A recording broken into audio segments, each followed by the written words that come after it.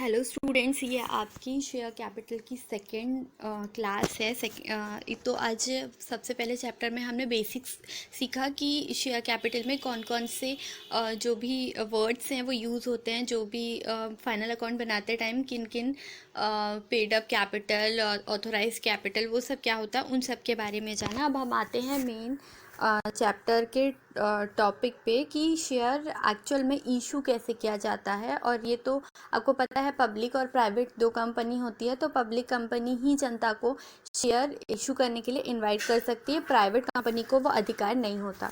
तो देखिए एक बार, शेयर कैपिटल, ठीक है। Companies capital divided into small unit, it is called share capital. मतलब कंपनी के जो यूनिट्स है, कंपनी के जो कैपिटल है वो छोटे छोटे पार्ट्स में डिवाइड रहती है, उसको हम क्या बोलते हैं, शेयर कैपिटल बोलते हैं। जैसे मान लो ये एक एप्पल है, ओके। तो अब ये एप्पल को हम मान लिए कि ये पूरा एप्पल हमारे लिए कैपिटल है, ठीक। अब इसके छोटे छोटे पार्ट, हमारे पास खाने वाले कितने लोग हैं, 4 लोग। हमने इसको क्या किया, 4 भागों में डिवाइड कर दिया, तो ये क्या हो जाता है, एप्पल का पार्ट हो जाता है। हमारा एप्पल क्या है, कैपिटल, तो ये कैपिटल का पार्ट या हिस्सा।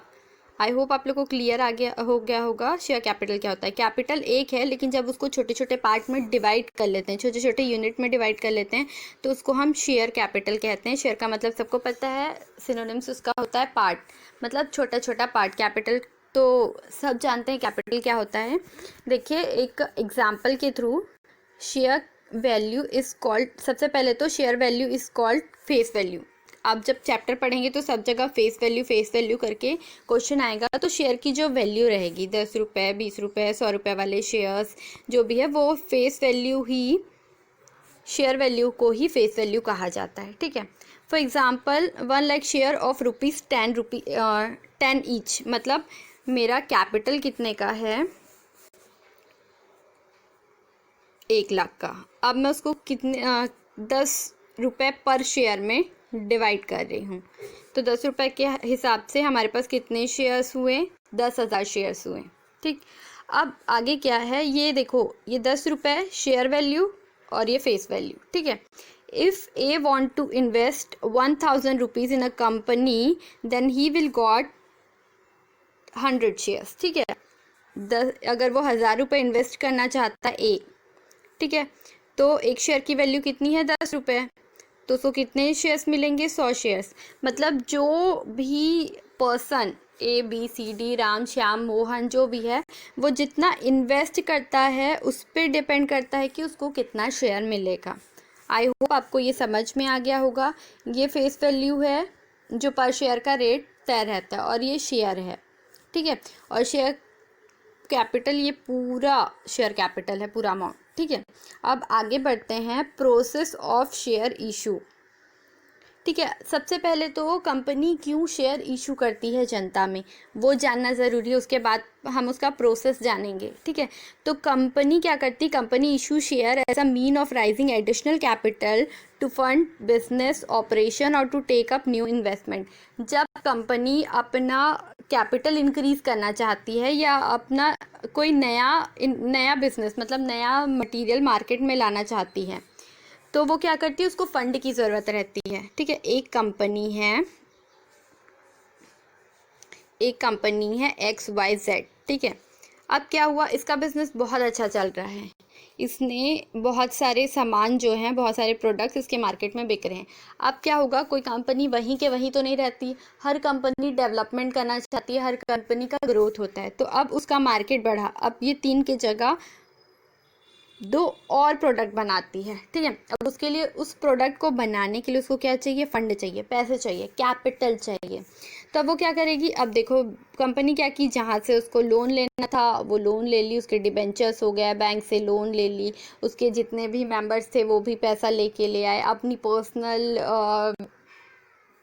क्या बोलते हैं, पर्सनली उन्होंने लोन भी ले लिया। फिर भी उसके बाद भी अब क्या है, उनको अपना बिजनेस और बढ़ाना है, तो उनको क्या है, और फंड की ज़रूरत है। तो अब वो क्या करेगी, उसने तो सब जगह से लोन सब ले लिया। अब बैंक से अगर लोन 2-3 जगह चल रहा है तो अब और लोन तो उसको मिलेगा नहीं। उसने जो क्रेडिटर्स जितने भी उनके लेनदार थे उनसे जितना भी उधार लिया है वो भी हो गया, अब वो किसी से उधार नहीं ले सकती।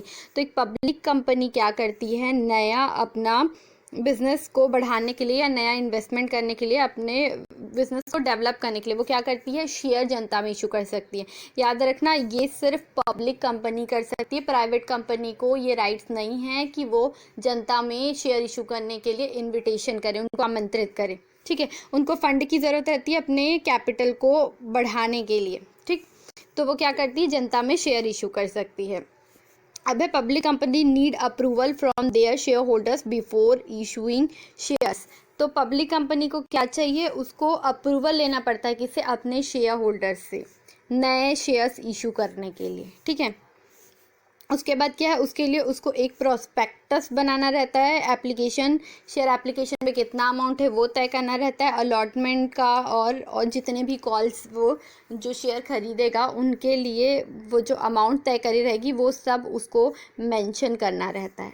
तो ये है शेयर कैपिटल क्यों इशू किया जाता है और कैसे उसका प्रोसेस क्या है। तो फर्स्ट स्टेप क्या है, उसको प्रोस्पेक्टस, अपने प्रोस्पेक्टस में पूरे भी जो भी डिटेल है वो उनको फिल करना पड़ता है, इशू करना पड़ता है प्रोस्पेक्टस। अब देखिए आगे, issuing prospectus. A prospectus is a document used by the public company as an open invitation to the public to buy share of a company। ठीक है, तो अब क्या है, प्रोस्पेक्टस को हिंदी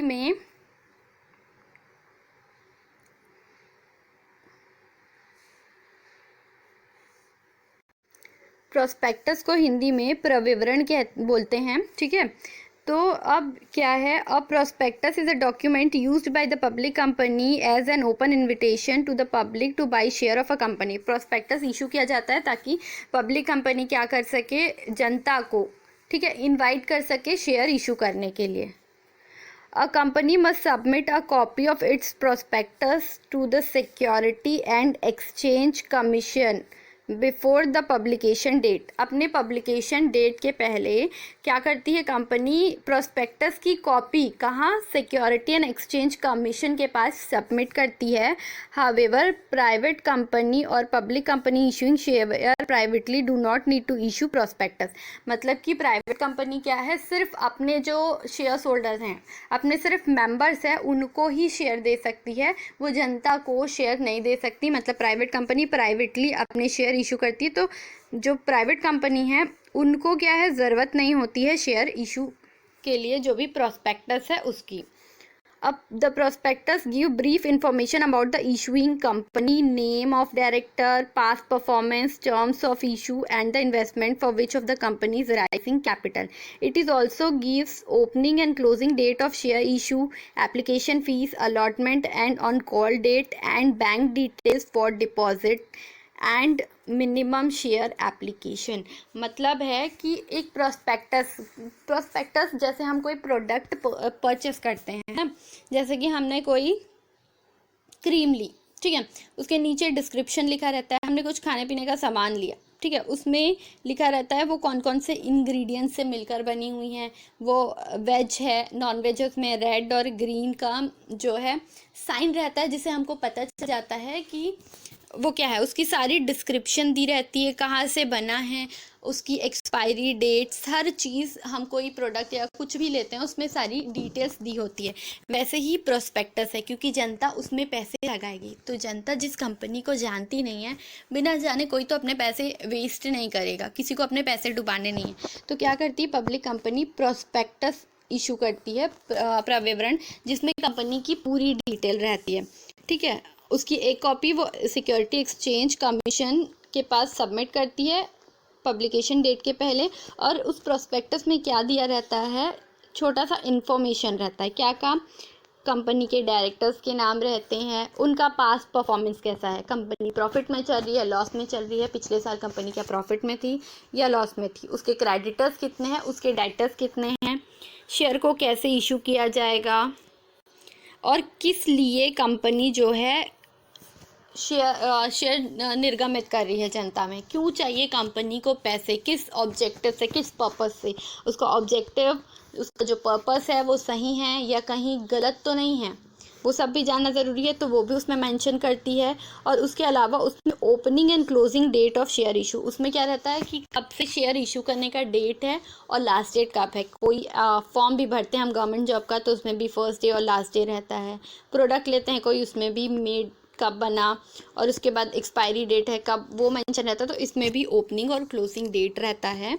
फिर है उसके साथ एप्लीकेशन फ़ीस, अलॉटमेंट फीस, ठीक है। उसके बाद कितने कॉल्स रहेंगे और कॉल पे कितने कितने अमाउंट रहेंगे, वो सारी चीज़ें दी रहती है। और पैसे डिपॉजिट करने के लिए लास्ट में बैंक की डिटेल रहती है। और मिनिमम शेयर फॉर एप्लीकेशन, मतलब जितने शेयर्स, जैसे 1 लाख शेयर्स इशू कर रही है जनता में, तो उनका मिनिमम कितना % जनता से आवेदन आना चाहिए, मतलब टोटल मिला के, कोई एक पर्सन के लिए नहीं, जितने भी सारे शेयर्स लेने के लिए अप्लाई कर रहे हैं उन उसके लिए मिनिमम शेयर। ये जब आगे पढ़ेंगे तब मैं बताऊंगी मिनिमम शेयर क्या है, मैक्सिमम क्या है, और मिनिमम शेयर्स इशू नहीं होने पर कंपनी क्या करती है, ठीक है। अब आगे बढ़ते हैं। अब है application of shares. Application of share मतलब अब क्या है, अब पब्लिक ने क्या किया, कंपनी का प्रोस्पेक्टस पढ़ लिया, उसका प्रविवरण पढ़ लिया, उसका जो भी फ्रेम है, जो मेन जितने भी डायरेक्टर्स हैं उनका पास्ट इवेंट है, हर चीज़ उन्होंने रीड कर लिया, उनका पूरा बैलेंस शीट दिख गया, उन्होंने देख लिया। अब आता है एप्लीकेशन ऑफ शेयर्स। अब उस प्रोस्पेक्टस के नीचे एक एप्लीकेशन फॉर्म अटैच होता है, जो भी इंटरेस्टेड कैंडिडेट्स हैं, ठीक है, वो क्या कर सकते हैं, वो शेयर लेने के लिए अप्लाई कर सकते हैं। उसके अलावा उसमें मेंशन रहता है कि सामने वाला कितना शेयर परचेस करना चाहता है। तो वही है, after getting invitation interested investor prospects can be submitted their application, ठीक है। उसमें क्या रहता है, एक एप्लीकेशन शेयर में एप्लीकेशन फ़ीस भी मेंशन रहती है कि कितना फ़ीस है। 10 रुपये का शेयर है, 2 रुपये एप्लीकेशन का लगेगा, बाकी के 8 रुपये अलॉटमेंट और कॉल में ले लेंगे, ठीक है। तो एक अमाउंट रहता है एप्लीकेशन का, वो फिर रहता है जो भी इंटरेस्टेड जो भी इन्वेस्टर हैं वो क्या करते हैं, उस एप्लीकेशन को, फॉर्म को भर के जितने शेयर्स लेने हैं उसके लिए जितने भी रुपए के हिसाब से एक शेयर का एप्लीकेशन है वो फिल करके पेमेंट करते हैं, ठीक है। तो ये है एप्लीकेशन ऑफ शेयर्स। जो इंटरेस्टेड नहीं है वो तो वैसे भी फॉर्म नहीं भरेगा, ठीक है। अब है when the number of share application from the exceeds the number of share issue, मतलब जितने शेयर्स मैंने जनता को इशू किए, 1 लाख का मैंने जनता में शेयर निर्गमित किया, ठीक है। मेरे पास एप्लीकेशन कितने के लिए आया, 1,20,000 के लिए, ठीक है। तो ये क्या कहलाएगा, ओवर सब्सक्रिप्शन, ठीक है। लेकिन अगर जितने शेयर्स, मानो कि मैंने 1 लाख शेयर्स जनता में निर्गमित किया और मेरे को कितने के लिए आया एप्लीकेशन जनता से, सिर्फ 90,000 के लिए, तो वो क्या कहलाएगा, अंडर सब्सक्रिप्शन। ओवर सब्सक्रिप्शन मतलब जितना भी जनता को शेयर इशू किया है उससे ज़्यादा के लिए एप्लीकेशन आना ओवर सब्सक्रिप्शन, और कम के लिए आना अंडर सब्सक्रिप्शन होता है। अब क्या है, इसको क्या है, कंपनी विड्रॉ नहीं कर सकती, मतलब अपने अगर पैसे डाल दिए तो ये नहीं है कि कंपनी पैसे निकाल लेगी और उसका मिसयूज़ करेगी, जब तक कि ये उनको शेयर अलॉट नहीं हो जाते जिन्होंने शेयर के लिए अप्लाई किया। जैसे ए ने किया 100 शेयर्स के लिए, तो जब तक इसको 100 शेयर्स नहीं मिल जाते तब तक वो पैसे कंपनी अपने जो भी बैंक अकाउंट है उससे नहीं निकाल सकती। और ये जो एप्लीकेशन फ़ीस है वो क्या होता है, 5% होता है फेस वैल्यू का, शेयर का, ठीक है। नॉमिनल शेयर अमाउंट का जो फेस वैल्यू है, जो शेयर वैल्यू है, उसका 5% होना चाहिए, कम से कम 5% होना चाहिए, 5% से कम नहीं होता है ये, ठीक है। अब आगे बढ़ते हैं, एस्क्रो अकाउंट। देखो एस्क्रो अकाउंट, अब एप्लीकेशन फॉर्म समझ में आ गया। एप्लीकेशन फॉर्म के नीचे अगर कोई अप्लाई कर रहा है तो एक अमाउंट दिया रहता है, अगर वो अमाउंट नहीं दिया रहेगा तो क्या हो जाएगा, कोई भी पर्सन क्या करेगा, अरे अभी तो सिर्फ फॉर्म भरना है, मैं एक काम करती हूँ या एक काम करता हूँ, अभी 1000 शेयर्स के लिए मैं अप्लाई कर देता हूँ या कर देती हूँ। नेक्स्ट टाइम क्या होगा, जब भी मेरे को पेमेंट करना होगा मैं 100 शेयर्स के लिए पेमेंट कर दूंगा या कर दूंगी, ठीक है।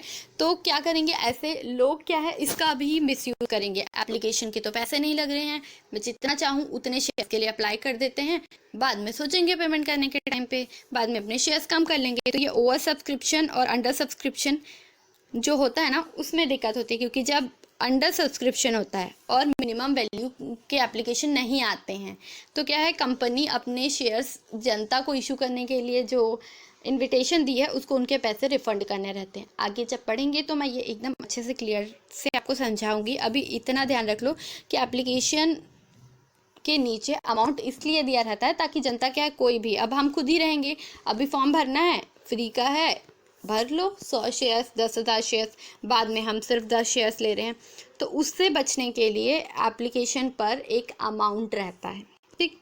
अब नेक्स्ट है एस्क्रो अकाउंट। अब देखो एस्क्रो अकाउंट होता क्या है। An escrow account is an account where fund are held in trust two or more parties complete a transaction. It means a trusted third party such as escrow.com will secure the fund in the trust account. The fund will be distributed to the after they had fulfilled the escrow agreement. ठीक है। अब क्या बोल रहा है कि जो escrow account है वो क्या होता है। सबसे पहले मैं शेयर मार्केट में कैसे यूज़ होता है उससे पहले हमको जानना है कि एस्क्रो अकाउंट होता क्या है। क्योंकि कंपनी क्या करती है, जो शेयर मार्केट में अगर कोई पैसे लगा रहा है तो कंपनी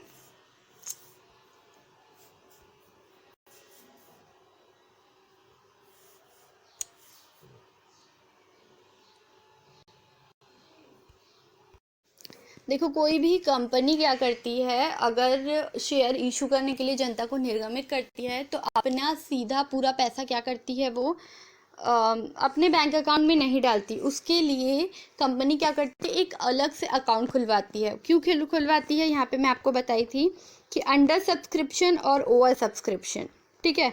अगर अंडर सब्सक्रिप्शन है तो कोई बात नहीं, जितने शेयर्स आए हैं उतने को इशू किए, जो बचा वो ठीक है, कहीं एडजस्ट करने की ज़रूरत नहीं है। लेकिन जब ओवर सब्सक्रिप्शन आते हैं, मैं बताई 1 लाख, ठीक है, और यहाँ 1,20,000, तो जो 20,000 रहेगा वो तो कंपनी को रिटर्न करना रहेगा। अगर वो अपने पर्सनल अकाउंट में डालेगी तो हमेशा बहुत सारे ट्रांजैक्शन होते हैं कंपनी में, हर दिन इतने ट्रांजैक्शन होते हैं ना कि समझ ही नहीं आएगा कि कब कौन सा पेमेंट कहाँ किया है, कहाँ आया है, मतलब वो मिक्सअप हो जाएगा। इसलिए कंपनी क्या करती है, जब तक कि सारे शेयर जनता को अलॉट नहीं कर देती है तब तक वो अपने अकाउंट में पैसे नहीं ट्रांसफ़र करवाती। इसके लिए वो अलग से अकाउंट ओपन कराती है, उसको कहते हैं एस्क्रो अकाउंट। अब देखो एस्क्रो अकाउंट क्या होता है, ये एक तरीके का क्या है, बीच में ट्रस्टी का काम करता है। ये escrow.com करके, ठीक है, होता है। इसमें क्या करते हैं कि जब दो लोगों के बीच कोई डील होती है, दो पार्टियों के बीच में, तो वो क्या करता है, वो फंड को, वो अमाउंट को सिक्योर करके रखता है। अगर ट्रांजैक्शन फुलफिल हुआ तो वो कंपनी के अकाउंट में चले जाएगी, और अगर किसी वजह से ट्रांजैक्शन नहीं हुआ, मतलब ओवर सब्सक्रिप्शन हुआ, 20,000 मेरे को रिटर्न करना है, तो वो क्या करेगी, एस्क्रो अकाउंट के थ्रू वो रिटर्न हो जाता है। जो भी जनता है, जो भी व्यक्ति है, उसके ऑब्लिगेशंस, ठीक है, अपने ऑब्लिगेशन फुलफिल करती है और उसको क्या करती है, रिटर्न कर देती है जो शेयर होल्डर्स है उनको, ठीक है। वो होता है एस्क्रो अकाउंट। मतलब कंपनी, आप सीधे से समझ लो कि कंपनी क्या करती है, अपना जो भी शेयर्स एप्लीकेशन का अमाउंट आता है उसके लिए वो एस्क्रो अकाउंट ओपन करती है। एस्क्रो अकाउंट में वो अमाउंट जाता है और जैसे ही शेयर अलॉट होते हैं तो वो कंपनी के अकाउंट में ट्रांसफ़र होते हैं, और अगर जितने शेयर्स उनको नहीं मिले हैं तो उसके पैसे उसको तुरंत ट्रांसफ़र हो जाते हैं। ओके, अब नेक्स्ट है अलॉटमेंट ऑफ शेयर। अब तो ये हो गया, एप्लीकेशन भी भर लिया, एस्क्रो अकाउंट में भी ट्रांसफ़र हो गया। अब अलॉटमेंट, तो अलॉटमेंट का मतलब सीधी सी बात है कि अब एप्लीकेशन आ गया, मैं 10,000 के शेयर जनता में निर्गमित किए, 10,000 आ गया, एप्लीकेशन अलॉट कर दिया सबको।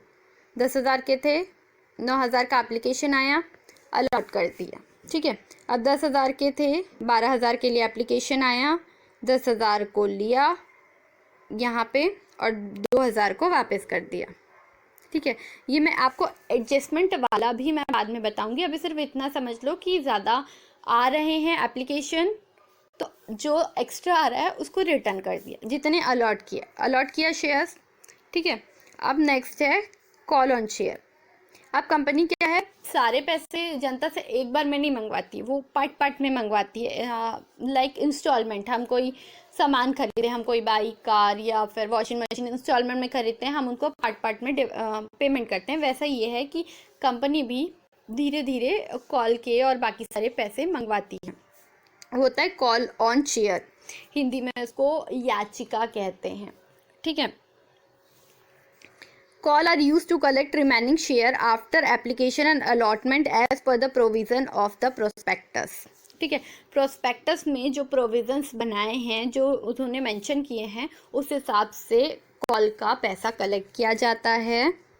अब है there first call, second call as so on, depend on the number of installment. देखो, एक कॉल में ही पैसे नहीं मंगवाते।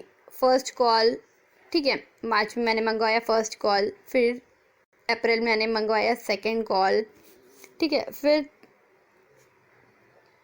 मई में मंगवाया मैंने थर्ड कॉल, और ऐसे करते करते जो है लास्ट कॉल जब आ जाएगा, ठीक है, फोर्थ कॉल मान लो, फोर्थ कॉल ही लास्ट कॉल है, तो फोर्थ एंड फाइनल कॉल लिखेंगे लास्ट में। ठीक, यहाँ पे लिखा है at the last call include the word final. जो उनका लास्ट कॉल होगा कंपनी का, जब वो अपने सारे पैसे मंगवा लेगी, तो जो भी कॉल होगा, सेकेंड कॉल फाइनल कॉल है तो सेकेंड एंड फाइनल कॉल करके मेंशन करती है। ठीक है, the call amount should not be exceed 25% of the share nominal value. वहाँ पे था एप्लीकेशन अमाउंट 5% होना चाहिए। ठीक है, अब यहाँ पे क्या है, फाइनल कॉल 25% से ज़्यादा नहीं होना चाहिए। ठीक है, जो कॉल का अमाउंट है वो 25% से ज़्यादा नहीं होना चाहिए। और ये जो है उनको हर मतलब 1 महीने का कम से कम कॉल के बीच डिफरेंस होना चाहिए। एक कॉल से दूसरे कॉल के बीच 1 मंथ का डिफरेंस होना चाहिए, दूसरे से तीसरे में भी 1 मंथ का डिफरेंस होना चाहिए। ठीक, और वो उनको 14 दिन का नोटिस या टाइम दे सकती है।